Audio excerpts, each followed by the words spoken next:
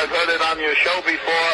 I mean, we steal 100 to 300,000 children a year just here in this country, and we drain the blood and we mix it with a Passover blood, and then we throw the bodies into the slaughterhouses that we own, and we grind up all the bodies in the sausage and the hamburger.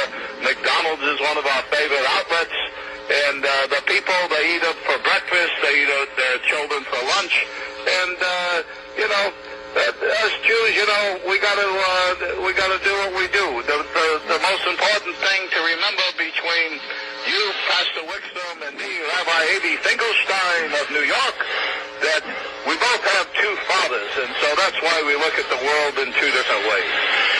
And we know that there's a massive collision that's going to take place between two forces, don't we? Well, that's what your book says. Our book says that we're going to take over the world.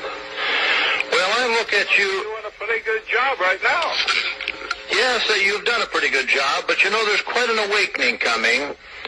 And my father, who's not your father, my father Yahweh, who isn't your father, of course, your father is talked about by my father in John 8:44, stating that your father was Satan and that you're the descendant of Cain, who was the first murderer. And you know that's true because you teach it in your synagogue.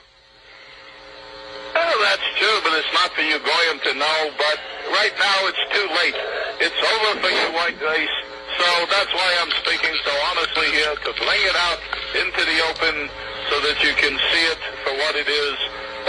You've been teaching the people real good, but they don't wake up, do they? You don't get a lot of followers, do they? Because you know why?